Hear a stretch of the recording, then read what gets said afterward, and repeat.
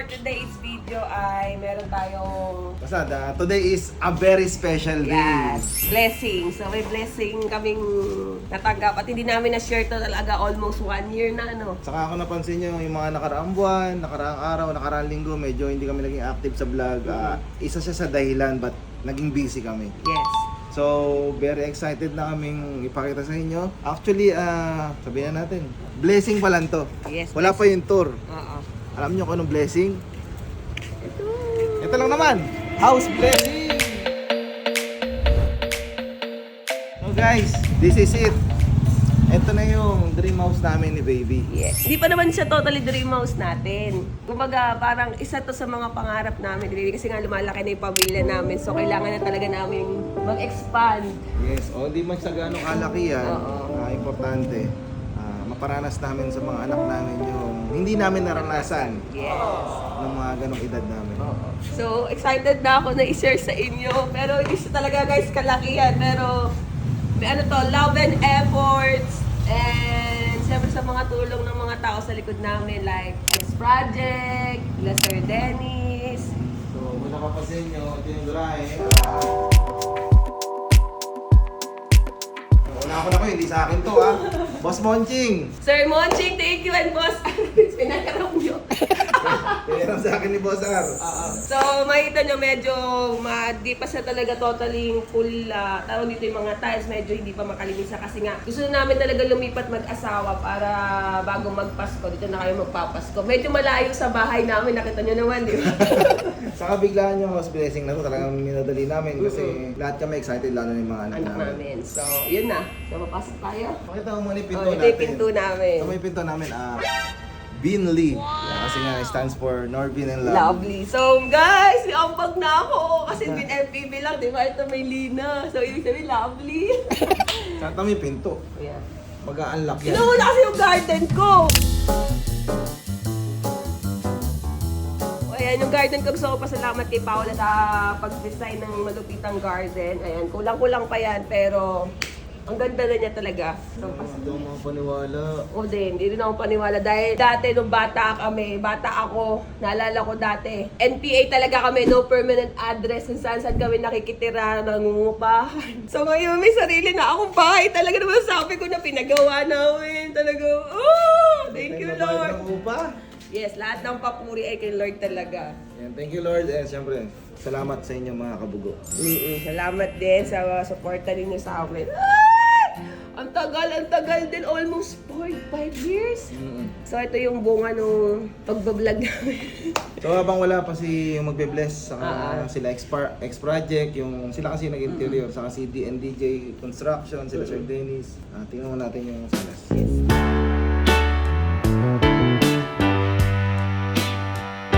So ito ang multi naming bahay. Ay! Ayun lang naman. Ganito lang siya kasimple guys. So, kayo ng bahay. Sa labas kaya pumasok na kami bayaw. tas prank lang pala. So, antayin lang namin. Yung cater guys, nagpa-cater kami para talagang blessing share namin. So, hindi nagkasya dito kasi nga malit lang yung garahe namin. So, ano siya Doon sa may garahe. sa may garahe, sa pinagbablagan namin. So antayin muna natin si Pastor saka yung X-Project. ibang visitors namin. Yes. Si X-Project, DNDJ Yes. Construction. Siyempre, in-invite natin yung mga nasa likod na itong bahay na to. So, wala kaming ganito kung hindi dahil sa kanila. So dito So, na. dito na guys yung Malupit na X-Project. nag-interior. Ayan yung malupit na interior designer namin. So, i-interview talaga natin sila sa init. Ito si Ma'am Andre, yung walang sawa akong ginugulo pag may mga revision. Ayan, hello. Ayan si Ma'am. Si Ma'am Andre, ang sumalo ng aming stress. Sir Pa! Ayan. Congratulations! Ayan, Pogi si talaga ni Sir Pao. Ayan po, siya po yung isa sa mga tumulong sa amin. Siya po yung nag-interior designer ng bahay namin. Yes. Na X-Project po. Yes po. Mamaya makikita nyo po kung ano po yung ginawa nila sa loob ng bahay namin. Kung paano nila ginawang parang hotel. Yes, kasi nga gusto ko hotel vibes eh. Feel grabe ka mag-interview mo na kayo nainitan. Dito po tayo sa loob. Bayo, Bayo, alis kayo dyan. Balis na nga ako eh.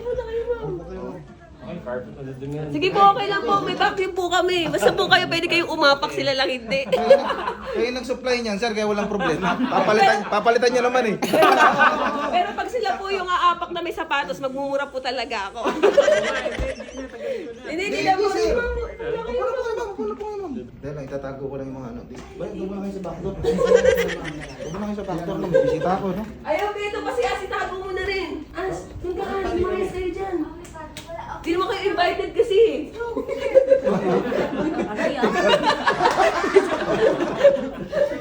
Dito, Ash, may storage. Sa storage ka. Hindi nga, ni Cortina mo. Ginagawa mo ko ito, Cortina mo. Ano si Balo talaga? Tatago nga eh. Ayaw. Tara na kami dito kasi sa labas. Ay, po, kasi nalampat talaga kami, pare. Hindi yan. G, may regalo daw si Sir Pao sa atin. Mukhang cash. Naku po, ang masakit ito, baka yung billing. Pero huwag mo na isabay sa blessing. Oo nga, sir. Para di blessing ata yun. Billing yata Oh yun my eh. God, may regalo sa atin. Aray. Tama, isa sa malapit na ginawa ng X-Project. Alanganin kasi ito, post-it to eh. Poste lang yan. Parang ano. Pero ginawa nila na bar. Naging bar. So hindi ko talaga, nagulat nga kami ni Baby dati talaga nung wala pang X-Project talaga yan. Hindi namin alam paano namin naayusin kasi nga may posting nakaharang dito. So ayun nga magic nila. So talagang kailangan pag magpapagawa kayo ng bahay, much better meron kayo talagang architecture talaga. Para hindi kayo mai-stress, hindi kayo mag-aaway mag-asawa. Parang uniform siya kung tawagin. Yes, of course. Ayaw kaya may posted dyan. Yan kasi yung kontador dapat ng Meralco. Indoor ano? Pati ito guys, yung dining sila din gumawa niya. Lahat na makikita niyo furniture, bukod sa rep, yung rep lang talaga binili namin. Pero lahat, makikita niyo sa X-Project, ultimo ilaw. Yes, ang binili lang namin pinggan sa kutsara. So, ito, magugulat kayo guys, itong ano na to, may something dyan sa mirror na yan, na magic nila. Oh, abangan nyo siyempre sa house tour. May camera yan sa likod. Ay, mga model yan ah. Basta marami silang magic dito sa bahay na nakaka-amaze. Bira. Ay, disco, ano ba yun, sir? Ano yan, sir? Brand na kotse, tsaka... Di nga. Kapal ang mukha, ano? Ay, ano yung pillow nila? Ito yung pinaka-premium na pillow natin. Ito yung ginagamit ng mga sa Shangri-La, yung mga prinsipe na Oh, chinecheck. pilo lang to, sir, pero parang TV yung Ano box. yan? Goose down feather. Yung goose na kinukulture sa United Kingdom pagaling. Ito, ang isang pillow nasa 25,000 ang isa. 5,000? Ito yan, yung pinaka-prime suites lang ng hotel. Tapos yung mga prince lang sa Bahrain, yung mga nag-check-in. Kasi sa Okada. Ito lang pillow na binibigay sa kanila. Oh my God, swerte naman natin. Magbukas nyo yan. Talagang matatouch nyo yung feather talaga. Oh, thank you, sir. Tutulungan ko lang ng laway, no? Oh, baka pa naman lalaway mo. Pwede ba sa ano na lang namin, yung lalagay dito na lang sa ilalim. Display. So, ibig sabihin, Reyna, princess, ano na ako, prinsesa. Ay, Eh, sila pa. Thank you, Sir Pawa. Sir Pao, thank you ah. Babasala na namin ito mamaya. Hello po. Si Pastor, siya po yung magbe-bless ng bahay namin. House blessing, ganito pala feeling. First time eh. Pasensya na po kung medyo medyo crowded tayo. Ini. Pwede kayo pag-pray ko yung asawa ko. Baka sakali magbago. Kasi ano to, yung pagbe-blessing kasi natin, gusto ko kasi kada corner ng bahay, ipag-pray over nila, sir. So kayo sa salas, yung happy lang. Tapos gusto ko sa labas, yung parang walang mga negative, yung mga bad spirit. Sa salas, happy, tas banding. Yes. Tas sa dining. Kahit anong ulam, basta makakain sa araw-araw. Tapos sa master's bedroom, pray natin maraming clap-clap. Ay, bawal ba yun? Sorry. First time. Sorry po.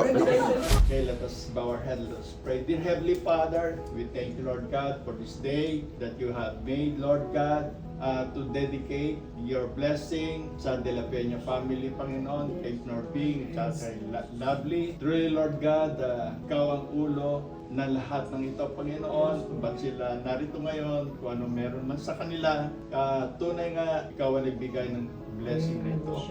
Lord, kaya sa oras na ito, pangunahan niyo po kami sa gawain na ito, at inanyayahan po namin ang Banal na Espiritu na siya pong manguna sa gawain na ito. Lord, we give you thanks, we give you praise, in Jesus' name, Amen. We give thanks to the Lord for this house. We dedicate this to God so that this will be a place set apart in doing His will, where His name will be glorified. We dedicate and consecrate this house, everyone and everything in it, back to the Lord. We let go of our ownership but embrace our stewardship of this house. May you use this gift in whatever way for your glory.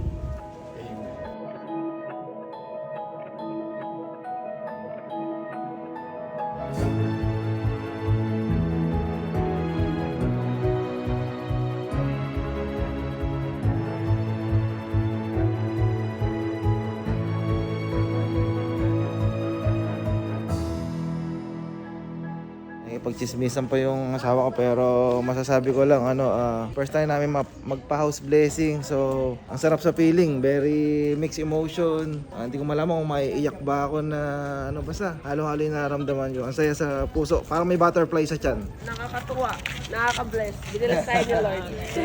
Hindi ngayon habang pinag-pray tayo nila sister, nila pastor, medyo naiiyak ako, pinipigilan ko lang. Oo man. Ganun pala yung feeling pag marami nagpe-pray sa'yo.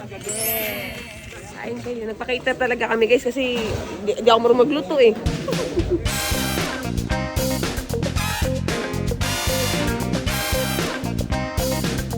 Congrats sa inyo, Bayaw, Bes, sa bagong bahay nyo. Makakatulog na kayo maigi. Saka matulog na kayo ng maaga. Saka more blessing pa sa inyo. Saka sana magbayad na kayo ng utang nyo. Kaya ako nandito talaga. Congrats sa inyong mag-asawa.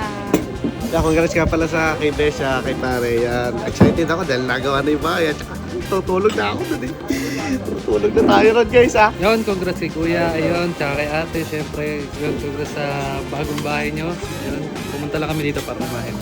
So yun, sobrang congratulations sa atin Kuya sa napakabago yung bahay. Naway mapuno ng pagmamahal at pag-ibig yung loob ng bahay. And yung blessing, alam kong patuloy yan na ipapasok nila sa inyo kasi hindi mo kayo madamot. And alam kong yung bahay na yan, lahat ng sakit, lahat ng kung anong karamdaman, hindi yan papasukan kasi dinedicate natin yan para kay Lord. Ayun, congrats kay ate and kuya and sa tagal and ayun na binigay na ni Lord. Kung ano yung mga sinabi ni Besa, yun na rin po yun sa akin. Copy paste po. Amen. Congrats Kuya, I love you.